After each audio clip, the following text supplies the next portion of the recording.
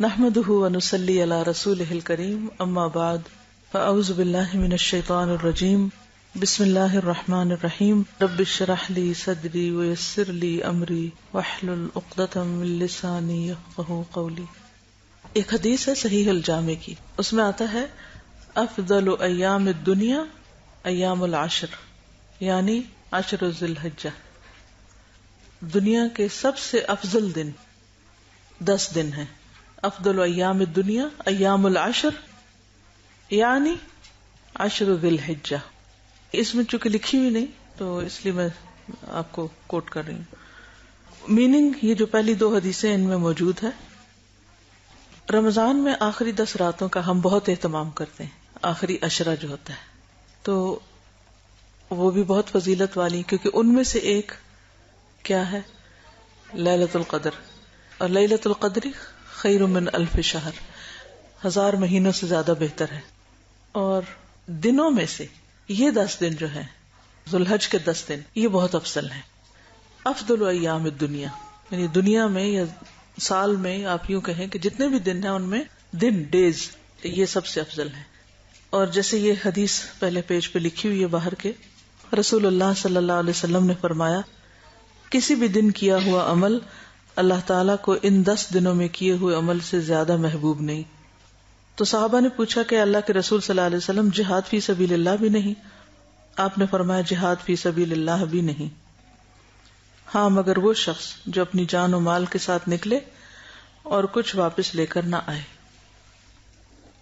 اسی طرح ایک اور حدیث ہے کوئی دن اللہ تعالیٰ کے ہاں ان 10 دنوں سے زیادہ عظمت والا نہیں، اور نہ ہی کسی دن کا عمل اللہ تعالیٰ کو ان 10 دنوں کے عمل سے زیادہ محبوب ہے۔ پس تم ان 10 دنوں میں کثرت سے تحلیل لا الہ الا اللہ، تکبیر اللہ اکبر اور تحمید الحمدللہ کہو۔ اب آپ دیکھیے کہ ان 10 دنوں میں کون کون سے دن آتے ہیں۔ ان میں جو بہت زیادہ فضیلت کا دن ہے وہ یوم عرفہ ہے، 9 ذی الحج کا۔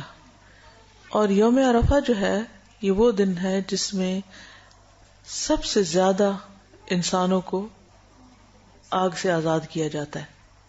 وہاں لیلۃ القدر ہے اور یہاں 9 ذی الحج ہے۔ لیلۃ القدر پتہ نہیں کہ کون سی رات ہے، کوئی بھی ہو سکتی، اس کے بارے میں ہم 21، 23 ایون پورے عشرے کی بھی کوئی رات ہو سکتی، لیکن 9 ذی الحج کا تو سب کو پتہ ہے، یعنی کہ گارنٹیڈ ہے کہ یہ 9 ذی الحج ہے۔ تو اگرچہ حج پہ جانے والوں کے لیے خوشخبریاں زیادہ ہیں، ظاہر ہے کہ وہ اتنی قربانی کر کے اللہ کے راستے میں پہنچتے ہیں، لیکن جو لوگ حج پہ نہیں جاتے ان کے لیے بھی یہ دن بہت اہم ہے۔ اور اس میں اگر ہم روزہ رکھتے ہیں، ویسے تو کوئی بھی عمل کریں، نماز، روزہ، حج تو خیر نہیں کر سکتے، زکوٰۃ، لیکن کوئی بھی عمل کریں تو وہ ان 10 دنوں سے اجر و ثواب کے اعتبار سے بہت ہی زیادہ عام دنوں کے مقابلے میں بڑھ جائے گا۔ لیکن خصوصی طور پر روزہ جو ہے اس دن کی عبادت ہے۔ تو عرفات والوں پر اللہ تعالیٰ فخر کرتے ہیں، یہ سارے لوگ اپنے گھر بار چھوڑ کر اور غبار آلود اور تکلیف اٹھا کر کس لیے جمع ہوئے ہیں اس میدان میں؟ اللہ سے دعا مانگنے کے لیے، اپنے گناہوں کی معافی چاہنے کے لیے۔ تو جس کا وہ دن قبول ہو جائے اس کو حج مبرور نصیب ہوتا ہے، اور اس کا بدلہ جنت کے سوا کچھ نہیں۔ اور جنت کی قیمت اس کائنات میں جتنی بھی چیزیں ہیں، جتنی بھی، ان سب میں ایکسپینسو چیز جو ہے سب سے زیادہ مہنگی وہ جنت ہے۔ الا ان سلعۃ اللہ غالیہ۔ تو اگر انسان دنیا میں تھوڑا مال اور اپنا وقت اور اپنی انرجی لگا کر وہاں پر پہنچتا ہے اور اللہ تعالی کی طرف اس کے بدلے میں جنت مل جاتی، تو میں سمجھتی ہوں کہ یہ تو کچھ بھی نہیں جو انسان کر رہا ہے۔ کئی لوگ بڑے شکوہ کرتے ہیں کہ حج میں یہ مشکل ہوتی ہے، لیکن میں سمجھتی ہوں کہ جتنا بھی شکر ادا کریں اتنا ہی کم ہے۔ تو حج مبرور کا بدلہ جنت کے سوا۔ تو چونکہ اس مہینے میں بھی ایک فریضہ ادا ہوتا ہے اور وہ 9 ذی الحج کو ہی ہوتا ہے، وہی دن ہے جو روزے کا دن ہے، وہی دن گناہوں کی معافی کا دن ہے، تو اس لیے اس عشرے کی اہمیت بہت زیادہ ہے۔ پھر یوم النحر جو ہے اس دن سب سے زیادہ پسندیدہ عمل روزہ رکھنا نہیں ہے، کیا ہے؟ قربانی کرنا، جانور قربان کرنا، یعنی صدقے کی ایک بہترین قسم۔ صدقہ مختلف طریقوں سے ہوتا ہے، لیکن جان قربان کرنا اللہ کے راستے میں یہ ایک بہترین صدقہ ہے، تو وہ دن بھی اسی میں ہے۔ پھر اسی طرح حاجیوں کے لیے یوم ترویہ 8ویں ذی الحج، جب سارے لوگ جا رہے ہوتے ہیں منا کی طرف. پھر یوم النحر کے بعد اگلے 3 دن ہیں وہ ایام تشریق کہلاتے ہیں. ان میں بھی تکبیرات پڑھتے رہنا چاہیے اور کثرت سے اللہ کا ذکر کرتے رہنا چاہیے. اس لیے اگلے 10 دن جو ہیں یہ آپ سمجھے کہ پورے سال کی کمائی کے دن ہیں. اور ان میں روٹین میں جو آپ کام کرتے ہیں، مثلاً اگر آپ تہجد پڑھتے ہیں تو آپ کیا کریں گے، اس میں مزید کیا اضافہ کر سکتے ہیں، آپ ہی بتائیے. طویل قرات کر لیں گے. اور تہجد کی بات کری، میں بالکل شروع کر رہی ہوں دن کو، کیونکہ 10 دن میں آپ نے اچھے اچھے کام کرنے. تو سب سے پہلا کام صبح کیا ہے، اگر تہجد نہیں پڑھتے تو تہجد پڑھ لیں.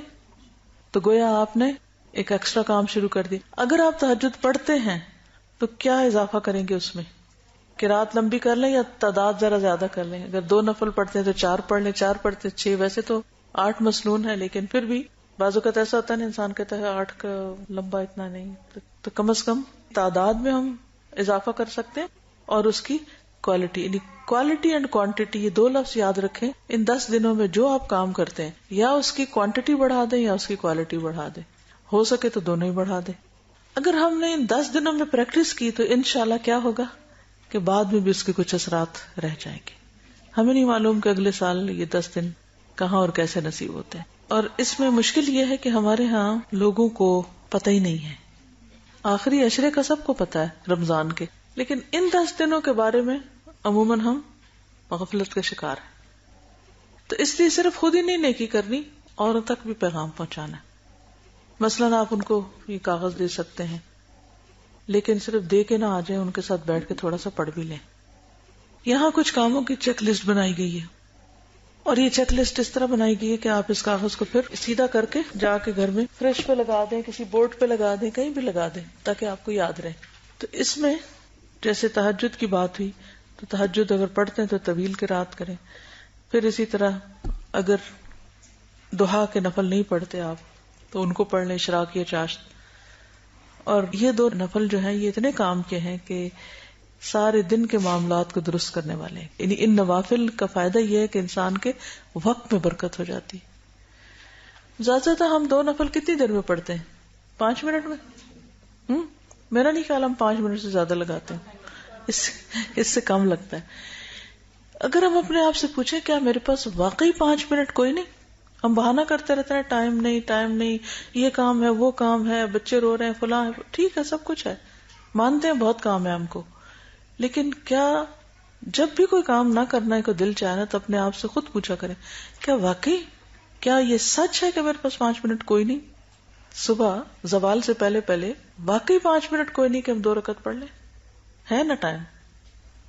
لیکن ہم ایک معمولی سی کال بھی جو آتی ہے نا ہماری 5 منٹ سے کم نہیں ہوتی. 5 میں تو چھٹ جائے جان بڑی بات ہے، وہ تو جو شروع ہوتا ہے پھر ختم نہیں ہوتے، لوگ انہیں باتوں کو دہراتے رہتے ہیں. یہ نفس کا دھوکہ ہے، اور نفس ایسے ایسے دھوکے دیتا ہے کہ ہمیں خود بھی پتہ نہیں چلتا. تقویٰ ہو دل کے اندر تو آنکھیں کھلتی ہیں انسان کی بصیرت. جب بصیرت جاگتی ہے نا پھر دھوکے سمجھ آتے ہیں، یہ تو خود کو دھوکہ دے رہے ہیں. جیسے منافقین کے بارے میں قرآن مجید کے شروع میں آتا ہے نا کہ یخادعون اللہ والذین آمنوا وما یخدعون الا انفسهم. اصل بات ہے کہ خود کو دھوکہ دے رہے ہیں، وما یشعرون، پتہ ہی نہیں چلتا. تو جس دن اپنے گناہ نظر آنے لگے، اپنی غلطیاں نظر آنے لگی، اپنی برائیوں پر نظر پڑ گئی، سمجھ دل کی آنکھیں کھل گئی. کوئی بہانہ کر لیتے ہیں جیسے دوسروں سے کرتے ہیں، اپنے آپ سے بھی کرتے ہیں. اچھا ایک بات یاد رکھیے کہ یہ صرف اللہ کی توفیق سے ہوتا ہے. اللہ تعالیٰ طریقے سجھا دیتا ہے، تسلی دل کو دے دیتا ہے اور توفیق دے دیتا ہے. آپ کی آنکھ کھل جائے گی اگر آپ سچے ہو گئے نا اور تڑپ کے مانگا نا اللہ سے. دیکھنا تو صحیح، اللہ تعالیٰ غیب سے مدد کرے گا اور کھل جائے گی آپ کی آنکھ. اور پھر اس کو کیلکولیٹ کر لے کر اگر ادھر یہاں نہیں سوئے تو یہاں سو جائیں. میں سب کے ساتھ اپنا یہ ایکسپیرینس شیئر کرتی ہوں کہ آپ لوگوں کو فائدہ ہو، ورنہ ان باتوں سے کچھ غرض نہیں. کہ میں آج صبح اپنے بیٹے کو بھی یہی بات سمجھا رہی تھی، کیونکہ مجھے دیکھتا رہتا ہے جو بھی میں کرتی ہوں. میں کہتی ہوں بیٹا میں دیکھو، میں ایک دن میں 2 دن بناتی ہوں. میں اپنی زندگی کو ایک دن کو 2 دن کنسیڈر کرتی ہوں. کہتے کیسے؟ میں نے کہا کہ جیسے میں اٹھتی ہوں نا 4 بجے، تو 4 سے لے کے 12 بجے تک میرے 8 گھنٹے ہوتے ہیں. اس میں درمیان میں الحمدللہ جو اللہ توفیق دیتا ہے، جو بھی روٹین کے کام ہیں پڑھنے کے لکھنے کے، ہر ایک کی اپنی اپنی روٹین ہے نا. پھر 12 بجے میں 5-10 منٹ کا قیلولہ کرتی ہوں. کبھی 5 منٹ ہوتے ہیں، کبھی 7، کبھی 10، 15 تک میں نہیں جا سکتی، ٹائم نہیں ہوتا. لیکن اس وقت میں خاموش لیٹ جاتی ہوں. اور جس وقت میں اٹھتی ہوں، اور میں سنت سمجھ کے کرتی ہوں، جس وقت میں اٹھتی ہوں، بلیو می، میرے اندر عجیب طرح کی انرجی ہوتی ہے، اور مجھے لگتا ہے کہ واقعی میرا دوسرا دن اب شروع ہو گیا. اٹھتی ہوں، پھر اس کے بعد میں ظہر کی نماز اول ترین وقت میں پڑھتی ہوں، اور الحمدللہ اس کے بعد پھر پھر میٹنگز کا سلسلہ شروع ہو جائے، پڑھانے، اس کے بعد میں کلاس لیتی ہوں، پھر میٹنگز کرتے کرتے کرتے رات 8 بجے تک. اللہ کا شکر ہے کہ مجھے ایک اور دن مل جاتا ہے. 2 دن ہو گئے نا. 8 بجے کے بعد پھر میں وہ کام کرتی ہوں کہ جس میں مجھے بہت زیادہ مینٹل انرجی نہیں چاہیے ہوتی. ادھر تو چیزیں ٹھیک کر لی، یہ کر لیا، وہ کر لیا، کبھی ضروری بہت پش ہوتی ہے کام کی تو کچھ اور بھی کر لیتی ہوں. پھر 10 بجے تک الحمدللہ پھر سو گئے. تو اسی طرح، اور یہ اگر آپ سنت پر عمل کریں گے تو تبھی آپ کو یہ سب ملے گا. اور سنت سمجھ کے ان چیزوں کو کریں. اور پہلے میں یہ جو قیلولہ تھا نا، میں نہیں کرتی تھی. میں کہتی تھی ہائے نہیں، کوئی ٹائم نہیں لیٹنے کا اس وقت، اور یہ کام ہے اور وہ کام ہے، ایسا ہے ویسا ہے. لیکن اس سے نتیجہ کیا ہوتا تھا کہ پھر میرا تھوڑی دیر کے بعد یہ 2-3 بجے میری حالت خراب ہو جاتی. اور میں پھر لوگ کیا کرتے ہیں، جیسے حالت خراب کر کے پھر جا کے لیٹتے ہیں، جو سوتے ہیں نا، پھر شام کو اٹھتے ہیں. جب شام کو آپ اٹھیں گے، آپ رات 9-10 کیسے سوئیں گے؟ اگر 9-10 آپ سو نہیں سکے تو آپ صبح کیسے اٹھیں گے؟ سارے سائیکل خراب کر دیا نا آپ نے، ہر چیز ڈسٹرب کر دی. کیا واقعی 10 بجے ہم نہیں سو سکتے؟ سو سکتے ہیں اگر ہم تھوڑا اپنا پلان کر لیں. 10 بجے سو سکتے ہیں. ٹھیک ہے، کچھ گھروں میں روٹین، سارا گھر نہیں سو رہا تو ہم کیسے سوئیں؟ یہ بہت بڑی مشکل ہے. لیکن اگر اللہ سے دعا کرتے جائیں گے نا تو اللہ تعالیٰ ایسے کرتے کرتے کرتے راستہ بن جائے گا. اب آپ دیکھیں کہ جب 10 بجے سونے کی آپ کو عادت ہو گئی نا، آپ کہیں سے بھی جا کے پڑھ لیں. جو نیند کے ٹائمنگز ہے نا، وہ جو رات کے پہلے حصے کی نیند ہے وہ اتنی کارآمد ہے کہ اگر آپ اس سے دگنا بھی رات کے دوسرے حصے میں سوئیں گے تو وہ جب رات کا تیسرا پیر یا آخری پیر شروع ہوتا ہے جو سحر کے قریب ہوتا ہے، اس وقت ہماری باڈی جو ہے نا اس کو جاگنا چاہیے. اللہ نے پروگرامنگ اس طرح کی ہے. لیکن ہم اس وقت وہ نفس کی غفلت کی وجہ سے سونے کی کرتے ہیں. پھر کیا ہوتا ہے کہ فجر کے وقت بعض اوقات پھر کہتے ہیں ہم آنکھ نہیں کھلی، پھر اس کے بعد پھر دوبارہ وہاں یعنی دن کا آغاز ہی ایسے ایک تھکاوٹ سے کرتے ہیں. تو اگر کسی وجہ سے مثلاً نہیں 10 بجے سو سکتے، ایک مثال ہے، اور آپ کو اپنا اسکیڈول آگے کرنا پڑے کیونکہ آپ کے ہاتھ میں نہیں، کوئی خواتین کے بہت سے ایشوز ایسے ہوتے ہیں، مثلا بچوں کو اسکول جانا ہے، کچھ اور 100 کام ہے، یا ان کے ہوم ورک کرانے، یا کوئی مہمان آ گئے، یا گھر میں کوئی بوڑھا بزرگ ہے اس کی خدمت ہے، کوئی بیمار ہے، 100 چیزیں ہیں زندگی میں. اب اس میں آپ کے ہاتھ میں نہیں ہے کنٹرول. کبھی تو ہوتا ہے کہ آپ ساری چیزیں آپ کی مرضی کی، کبھی نہیں بھی ہوتا. تو اس کو پھر آپ کیا کریں کہ اس کو شفٹ کر لیں نا تھوڑا آگے. اٹھنے کا ٹائم وہی کر لیں اپنا، اور پھر اس کے بعد جب بچوں وغیرہ کو بھیج لیں تو ارلی قیلولہ کر لیں. اگر آپ نے گھنٹہ لیٹ سوئے ہیں رات کو تو وہ آپ اس وقت گھنٹہ لے لیں. ہر ایک کے حالات فرق ہیں، اپنے اسکیڈول کو اس کے مطابق سیٹ کر لیں. لیکن آپ سمجھتے اس وقت بھی نہیں ہو سکتا تو پھر کسی اور وقت میں سے لیں. لیکن کوشش کریں کہ دن کے پچھلے پیر لمبی نیند نہ قطن سوئیں، اس سے رات کی نیند لازم ڈسٹرب ہوتی ہے. میکسیمم اگر آپ نے سونا بھی ہے 15 سے 20 منٹ، آدھے گھنٹے سے تو اوپر قطن نہ جائیں. اور یہ پاور نیپ کہلاتی ہے، یہ جو قیلولہ ہوتا ہے آپ آزما کے دیکھیں کہ یہ آپ کو لازمی انرجی دے گی. بعض اوقات یہ ہوتا ہے کہ ہم لوگوں کے ذہن پہ اتنا سٹریس ہوتا ہے، اتنی پریشانی ہے، نیند نہیں آتی نا. پھر اس میں اپنے مزاج کو ٹیسٹ کریں کہ کون سی چیز ہے جس سے جو مجھے سونے میں مدد دیتی ہے. کیا کسی سے بات کرنا، یا کچھ پڑھنا، یا کچھ سننا، یا کچھ کھانا. مثلا دودھ کا ایک گرم کپ پی لیں تو بعض لوگ سوچ لیں. پھر مزاج فرق ہے. اب مثلا آپ دیکھیں گے کہ بعض اوقات آپ کا اور آپ کے ہسبینڈ کا مزاج بالکل اپوزٹ ہوتا ہے. ان کو ٹھنڈی چیز سوٹ کر رہی ہے، آپ کو گرم کر رہی ہے. وہ ایک دم سو جاتے ہیں، آپ گھنٹوں نہیں سو پاتے. وہ بہت ساری چیزیں ہوتی ہیں. پھر انسان ایک ہی فارمولہ ہر ایک پہ اپلائی کرنے لگتا ہے. اس لیے میں آپ کو آپشن دے رہی کہ یہ مت کہیں کہ جو مجھے سوٹ کر رہا ہے وہ لازمی آپ کو کرے گا. لیکن اوور دا ٹائم اپنے دن کا احتساب کرتے کرتے، جائزہ لیتے لیتے آپ ضرور اس چیز کو کور کریں. تو اگر آپ ان 10 دنوں میں تہجد کے عادی ہو گئے تو آپ سمجھیں کہ آپ نے اللہ کے فضل سے اس 10 دن سے فائدہ اٹھا لیا. پھر یہ ہے کہ ایک اور تھوڑا سا جیسے کوالٹی بڑھانے والی بات کی خشوع و خضوع سے نماز کی طرف توجہ کرے. اس میں سب سے بہتر طریقہ یہ ہے کہ جیسے پہلے بھی میں نے شاید آپ سے بات کی تھی کہ حال میں جئیں. اس وقت کیا ہو رہا ہے؟ یعنی اس وقت میں نماز میں کھڑی ہوں تو مجھے اور باتوں کی نہیں ضرورت. اس وقت میں نماز میں ہوں, اپنے آپ کو ریئلائز کرائے گا. کسی انسان سے بات کر رہے ہیں تو کہیں کہ میں اس وقت اس سے بات کری, یہ میرا اس وقت یہ کام ہے, چھوڑیں دوسرے کاموں کو. اچھا ہم عورتوں کی عادت کیا ہوتی ہے, کام ایک کر رہے ہیں دھیان کہیں اور ہے. اس عادت سے نکلنا بڑا ضروری ہے.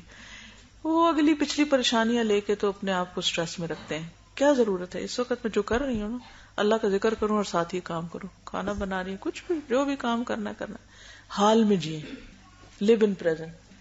جیسے میں نماز کے لیے کھڑی ہوتی ہوں نا تو پھر میں اس کو ہلکا ہلکا دل میں جیسے بول کے پڑھتے ہیں نا نماز کو, ہلکا ہلکا ہلکا اس طرح کر کے. اچھا یہ میں نے صرف نماز میں نہیں پریکٹس کی, میں نے اور چیزوں میں بھی کرنی شروع کی ہے. جیسے میں ریڈنگ کرتی تھی نا, پڑھنا کلاس میں پڑھانا ہے تو اس سے پہلے جو بھی پڑھنا, اچھا پڑھ رہی ہوں, پورا واقعہ پڑھ لیا ہے, سمجھ نہیں آیا ہے, پھر میں اپنے آپ کو کوستی, کیوں نہیں سمجھ آیا, کیونکہ میں یہ سوچ رہی تھی. کیا ضرورت ہے یہ سوچنے کی, اپنے آپ کو ڈانٹے بھی تھوڑا. اچھا پھر چلو دوبارہ پڑھو, پھر نگاہیں نہیں اٹک رہی, کوئی اور کام یاد آ رہا ہے, نو اونچا پڑھو. اپنے آپ کو خود بچہ بنا کے مخاطب کریں تو انشاءاللہ آپ دیکھیں گے کہ جس طرح نفس کا دھوکہ ہوتا ہے تو اسی طرح نفس کا ایک بچہ ہوتا ہے, یعنی ایک بچہ بھی ہوتا ہے انسان کے اندر, تو اس کو نا ہر وقت ڈانٹنا پڑتا ہے, سیدھے ہو جاؤ, اب ایسے کرو, اب ایسے کرو. تو ڈفرنٹ ٹیکنیکس کو آزماتے رہیں. انسان قبر تک جو سیکھنے والی بات ہے نا وہ اسی لیے ہے کہ ہم بہت کچھ کتابوں سے سیکھتے ہیں, بہت کچھ دوستوں سے سیکھتے ہیں, بہت کچھ تجربوں سے سیکھتے ہیں, اور بہت کچھ اپنے آپ سے بھی سیکھتے ہیں, اپنی غلطیاں کر کر اپنے گناہوں کو روک. نہیں آنکھیں بالکل سونے والی تو نہ کریں, لیکن ایسی اتنی سی دیکھیں, اتنی سی آنکھیں کہ جس سے آپ ادھر ادھر نہ دیکھیں لیکن آپ پوری بند نہ ہو. یعنی 100% بند نہ کریں لیکن 100% کھولے بھی نہ, اس طرح کے, ٹھیک ہے نا, کم دیکھ لیں. ٹھیک ہے, اگر آپ کو یہ فارمولا سوٹ کرتا ہے تو ضرور اس کو اپنائیں. یعنی ہر بندے کا مزاج فرق ہے اور ہر ایک کو اپنے طریقے پر اپنے آپ کا علاج کرنا ہے. یہ اپنا علاج شروع کریں. چلیے, تو اس میں آپ دیکھیے کہ یہ جو کرنے کے کام ہیں ان کو آپ آؤٹ لاؤڈ پڑھیں گے گھر جا کے اپنے بچوں کے ساتھ, ہسبینڈ کے ساتھ, بہن بھائیوں جو بھی آپ کے ساتھ رہتے ہیں, اور ان کو کوشش کریں گے کہ ان دنوں میں آپ نے کرنا ہے. پھر الوداع کے اندر اجتماعی قربانی بھی کر رہے ہیں کہ جو دور دراز کے علاقے جہاں لوگوں تک گوشت نہیں پہنچتا وہاں پہنچانے کا الحمدللہ بندوبست کیا گیا, تو اس میں آپ حصہ بھی لے سکتے ہیں. پلس یہ ہے کہ ہم تکبیرات کے بینرز اس وقت اللہ کا شکر ہے کہ مختلف جگہوں پہ لگوا رہے ہیں کہ لوگوں کو اویئرنیس ہو کہ ان دنوں میں کرنے کا کام کیا ہے. تو ایک حدیث اور اس کے ساتھ تکبیر لکھ کے, مثلا بھی صبح مجھے کراچی سے فون آیا کہ انہوں نے ایک بل بورڈ, ساری کلاس نے مل کر ایک بل بورڈ لیا, اس کے اوپر ذی الحج کا پیغام لکھیں گے, اور 200 اسمال وہ لیے ہیں پورے اس کے ایریے میں. پولز کے اوپر نہیں لگے ہوتے جو وہ جیسے سڑک پہ جاتے ہیں ایڈز کے لیے ہوتے ہیں, 200 وہ اور ایک بل بورڈ. اور ہم نے ان کو ڈیزائن یہ بھیج دیا تکبیرات کا, اور وہ اس کے اوپر وہ لگا دیں گے. ایک ہی ایریا میں سارے لگا کے فارغ نہ ہو جائیں, وہ مختلف ایریاز میں لگائیں. تو الحمدللہ ان لوگوں نے ایک طرح سے کمپین شروع کر دی ہے کہ ہم لوگوں کو اس کی اویئرنیس دیں گے. آپ دیکھیے جو محرم ہوتا ہے ہر طرف ایک کمپین چل رہی ہوتی, ربیع الاول ہوتا ہے کمپین چل رہی تھی. تو جو 10 دن اللہ نے اتنی فضیلت والے بنا, رمضان میں بھی پھر کچھ نہ کچھ لوگ روزے کے احترام میں کچھ کر لیتے ہیں, مگر یہ 10 دن پتہ ہی نہیں. تو سنت زندہ کرنی ہے ایک طرح سے, ٹھیک ہے. تو اپنے کلیگز, ساتھی, دوست, رشتے دار, فرینڈز, اور ان دنوں میں جسے صدقہ بھی کرنا ہے تو بیسٹ صدقہ کیا ہے, ٹھیک ہے, کھانا کھلانا بھی ہے اور بھی سارے کام. ایک تو قربانی کی بات ہے, دوسرا یہ کہ آپ مختلف لوگوں کو کارڈز, کیسٹس, اس طرح کی چیزیں جو ہیں وہ اگر دیں گے تو وہ آپ کا صدقہ بھی لکھا جائے گا, علم بھی بانٹا جائے گا, سنت بھی زندہ ہوگی, کئی فائدے ایک جگہ پر اکٹھے ہو جائیں گے. کینیڈا میں ہم نے اسی طرح وہ ایک خاص قسم کے وہاں ڈالر شاپ ہوتی ہے نا, تو اس سے ملتے ہیں کوائن ڈالنے کے باکسز, تو ان کے اوپر اسی طرح ریپر اچھے اچھے لگا دی, جیسے کھلے منہ کے جیسے جیم کے جارز ہوتے ہیں, ان کے اوپر اچھا سا ریپر لگا کے وہ آپ کسی کارنر میں رکھ سکتے ہیں, اس کو اوپر سے کٹ کر کے. تو انشاءاللہ تعالی وہ تو خیر صدقہ اس طرح ہو گیا, لیکن اس مہینے کا بیسٹ صدقہ جو ہے نا قربانی ہے. اور ایک قربانی سارے گھر والوں کی طرف سے بھی کافی ہو جاتی ہے. نبی صلی اللہ علیہ وسلم نے 100 اونٹ قربان کیے تھے حجۃ الوداع کے موقع پر. 100 اونٹ. ایک اونٹ بھی کبھی قربان ہوتے دیکھیں تو 100 گزرتے گزرتے ہم سوچ رہے ہیں کہ اس دفعہ الوداع میں کم از کم ایک اونٹ ذبح کریں اور بچوں کو انوائٹ کریں کہ آ کے دیکھیں کہ اونٹ کیسے ذبح ہوتا ہے اور پھر اس کا گوشت جو ہے وہ کھا کے دیکھیں. کیونکہ سب سے افضل قربانی جو ہے وہ اونٹ کی قربانی ہے. کیونکہ قرآن پاک میں آتا نا فَصَلِّ لِرَبِّكَ وَانْحَرْ, تو ہم ہمیشہ اردو ترجمہ کر لیتے ہیں اور قربانی کر اور پھر بکری کی قربانی کر کے ہم سمجھتے ہیں ونہر ہو گیا. نہر جو ہے وہ اونٹ کی قربانی کے لیے لفظ استعمال ہوتا ہے. ٹھیک ہے. اور دوسروں کے لیے کیا ہوتا ہے؟ ذبح. نیت شامل کر لیں, اللہ تعالیٰ کے خزانے وسیع ہیں, سب کی نیت کر لیں. چلیں کرنے کے کام میں نمازوں کی کوالٹی اور کوانٹٹی دونوں کی طرف.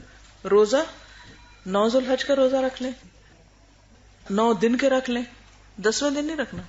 اس دن کھانا پینا جو ہے وہ ثواب ہے. ایام تشریق کے بارے میں بھی آتا ہے کہ یہ دن کھانے پینے اور اللہ کے ذکر کے ہیں. پھر قضاء شدہ روزے جو ہیں ان کی قضاء بھی رکھ سکتے ہیں, تو ان دنوں میں رکھنے کا زیادہ ثواب ہوگا. پھر قرآن مجید جو ہے اس کی بھی بکثرت تلاوت, پہلے سے کوانٹٹی یا کوالٹی دونوں میں کچھ نہ کچھ اضافہ کر لیں. کوئی نئی صورت حفظ کریں ان دنوں میں, جو حفظ کیا ہوا اس کو ریوائز کرنے کی کریں کوشش. ہم پتہ کہ رینڈم حفظ کر رہے تھے, یہاں سے حفظ کر لیا, وہاں سے کر لیا, وہاں سے کر لیا, پھر یاد نہیں رہتا کہاں کہاں سے کیا ہوا ہے. تو میں سوچ رہی تھی کہ ایک لسٹ بنا لیتی ہوں کہ کہاں کہاں سے میں نے حفظ کیا ہوا ہے, اور پھر اپنے آپ کو ٹیسٹ کرتی ہوں کہ کون سا یاد ہے اور کون سا اتنے دنوں سے پڑھنا ہی بھولے ہوئے. آج جیسے میں سورۃ نور پڑھ رہی تھی تو میں نے کہا مجھے تو یہ یاد تھا, یہ حصہ تو کتنی دنوں میں نے نماز میں پڑھا ہی کوئی نہیں اس کو. ایسا ہو جاتا ہے نا, ہم خود ہی بھولے ہوئے ہوتے ہیں اپنے کام. تو ان ساروں کی لسٹ بنا لیں کہ مجھے کتنی صورتیں یاد ہیں, تو ان میں سے ایک چاہے 3 آیتیں یاد کریں اور اس دفعہ کر لیں, مزید کہیں سے بھی کر لیں. پھر اس کے بعد یہ ہے کہ اپنے لفظی ترجمے کی دہرائی کر سکتے ہیں اگر آپ نے قرآن پاک پڑھا. پھر ذکر اور دعا ہے, مختلف اذکار کی یہاں بات کی گئی, لیکن سب سے بہترین تحلیل, تکبیر اور تحمید ہے جس کا یہاں پر ذکر کیا گیا. لا الہ الا اللہ, اللہ اکبر, الحمدللہ. پھر اب یہ بھی کر سکتے ہیں کہ تکبیرات کی کیسٹ لے کے گھر میں 3-4 دفعہ پلے کر دیں. اگر کیسٹ نہیں ہے تو یوٹیوب پہ جا کے کمپیوٹر پر ان کو ڈاؤن لوڈ کر لیں تکبیرات کو, اور وہ 1 دفعہ آن کر دیں اس کو صبح میں, دوپہر میں, شام میں. کیونکہ ہوگا صبح کرنے کا فائدہ یہ ہوگا کہ 1 دفعہ جب سنیں گے نا تو وہ پھر منہ پہ چڑھ جائیں گی, پھر دن میں کئی دفعہ خود ہی دہراتے رہیں گے آپ. پھر اسی طرح یہ کہ زکوٰۃ وغیرہ کی, صدقہ, والدین, رشتہ داروں وغیرہ کو اس میں یاد رکھیں. خدمت خلق کے بھی کوئی نہ کوئی کام ضرور کریں, اور عید اور قربانی کی سنتیں بھی جانیں, اس کے بارے میں پڑھیں. کیونکہ قربانی تو ہم کر لیتے ہیں بعض اوقات, لیکن یہ نہیں پتا ہوتا کہ اس کی کیا تاریخ کیا ہے. تو یہ ایک کتاب ہے اگر آپ لے سکیں اور پڑھ سکیں. ابراہیم علیہ السلام بحیثیت والد کتاب کا نام ہے, لیکن اس میں سارا قربانی کا بھی ذکر آ گیا. یہ ان کی پروفیسر ڈاکٹر فضل الہی صاحب کی کتاب ہے. اس میں آپ کو بہت ساری معلومات ملیں گی کہ کس طرح انہوں نے بیٹے کی قربانی کا قصہ تو سب کو پتا ہے, لیکن اگر ہم تھوڑا سا اس کو دہرا لیں تو انشاءاللہ بہت فائدہ ہوگا. مثلا اس میں انہوں نے دیکھے کہ ایک بہت اچھا نقطہ نکالا ہے کہ بیٹے کو حکم دینے سے پہلے اس سے مشورہ کرنا. ہم کہتے ہیں بچے نا ہمارے آرڈر کرتے ہیں do this don't do this, تو بچوں سے بھی اگر آپ نے کچھ کہنا ہے نا تو پہلے انہیں کہیں کہ بچے اچھا یہ بتاؤ کہ کیا خیال ہے, کہ ہم یہ کام کر لیں یا یہ نہ کریں. تو اس سے کیا ہوگا کہ ایک بانڈنگ اور اسٹرانگ ہوگی. قرآن مجید میں آتا ہے نا حضرت ابراہیم علیہ السلام کی قدوہ کی پیروی کرنے کو کہا گیا حضور صلی اللہ علیہ وسلم کو, تو ہمیں بھی کرنی چاہیے. تو اس کے لیے یہ کتاب اچھی ہے. ایک ہوتا ہے کہ میں آپ کو چند کہانی چند باتیں بتا دوں گی, اور ایک یہ کہ آپ کو راہ لگا دوں گی, آپ تھوڑا تھوڑا کر کے اس کو ان دنوں میں پڑھ لیں تو بہتر ہے. مجھے نہیں معلوم یہاں اویلیبل ہے یا نہیں, اگر نہیں تو کوئی اسٹال والا بیٹھا ہے تو اس کو ہے اویلیبل, الحمدللہ اس کو آپ کوشش کریں پڑھنے کی. اور پھر یہ ہے کہ متفرق نیک کام اور بھی اپنی لسٹ میں اضافہ کر لیں. پورے گھر کی طرف سے قربانی کی جا سکتی, دونوں طریقے سے ہو سکتا ہے, الگ الگ بھی کر سکتے ہیں, ہر بندے کا الگ حصہ بھی ہو سکتا ہے. لیکن اگر حیثیت نہیں تو پھر یہ کیا بات ہے ایک ہی سارا ثواب لے جائے. مثلاً باپ کر رہا ہے تو وہ بچوں بیوی سب کی نیت کر لے، یعنی پورے گھرانے کی نیت کر لے. دیکھیے کہ نبی صلی اللہ علیہ وسلم نے کیا کیا، 100 اونٹ بھی کیے. کیا آپ بہت زیادہ امیر تھے؟ نبی صلی اللہ علیہ وسلم کو بہت دولت تھی، لیکن جو آتا تھا اللہ کی راہ میں دیتے تھے نا. تو آپ نے 100 بھی کیے، لیکن ساری بیویوں کی طرف سے گائے کی، ٹھیک ہے، ان کی طرف سے بھی کر دی. اب اگر 9 بیویاں تھیں آپ کی تو گائے میں تو 7 حصے ہوتے ہیں. تو اس سے کیا پتہ چلتا ہے کہ اگر حیثیت زیادہ ہے زیادہ کر لیں، کم ہے تو آپ کیا کر سکتے ہیں کہ یہ سارے گھرانے کی قربانی، ایسے بھی ہو سکتا ہے. اصل میں قربانی جو ہے نا، یہ اللہ کے قرب کا ذریعہ ہے، محبت کے اظہار کا ذریعہ ہے. اس کو ہم یہ جو صرف کیٹیگری کر لیتے ہیں نا، فرض سنت نفل کر کے، اس قسم کی بہت زیادہ تفصیلات نہیں ملتی، ٹھیک ہے. کیونکہ حضور صلی اللہ علیہ وسلم فرمایا کہ جس کے پاس استطاعت ہو اور پھر وہ قربانی نہ کرے، وہ ہماری عیدگاہ میں نہ آئے، ہم سے کوئی تعلق نہیں اس کا. لیکن اگر استطاعت نہیں ہے، کر ہی نہیں سکتے، تو پھر کیا ہے، ایک کر کے سارے اس میں آ جائیں تاکہ نیکی میں شریک ہو جائے. ایک طرح تقویٰ کہتے ہیں اللہ کے ڈر کو، تقویٰ اللہ کا ڈر، جسے وہ آتا نا کہ اللہ کو خون اور گوشت نہیں پہنچتا بلکہ تمہارے دل کا تقویٰ، یعنی تمہارے دل میں اللہ کا ڈر کتنا ہے، اور کس جذبے اور کس نیت اور کس شوق سے تم نے یہ قربانی کی ہے، کتنی محبت میں کی. اللہ کی محبت اور ڈر دونوں چیزوں کا جو احساس ہے نا اللہ کے لیے، وہ مانا ہے. اوکے، ہم نے ایک چھوٹی سی کتاب بنا رہے ہیں، اس میں ہم نے اسی طرح کی چیک لسٹ کے ساتھ نا ٹک کر کر کے 1 2 3 4 وہ اس کی وضاحت کر دی. وہ آئے گی تو اس کو ضرور آپ پڑھیے. لیکن جنرلی یہ ہے کہ جہاں دیکھنے سے آپ کے حیا، ایمان اور دل کی حالت میں فرق آ رہا ہے، وہاں سے اپنی نگاہ ہٹا لیجیے. یعنی جہاں اٹریکشن محسوس ہو مرد اور عورت کے بیچ میں، یا جس سے برے خیال دل میں آنے لگے، تو انسان اپنا ادھر نہ دیکھے دوبارہ. وہ میں نے سفارش کرنی تھی کہ ان کو روزہ رکھوا دی. جزاکم اللہ خیرا. اجازت. السلام علیکم ورحمۃ اللہ وبرکاتہ. اشہد ان لا الہ الا انت نستغفرک ونتوب الیک.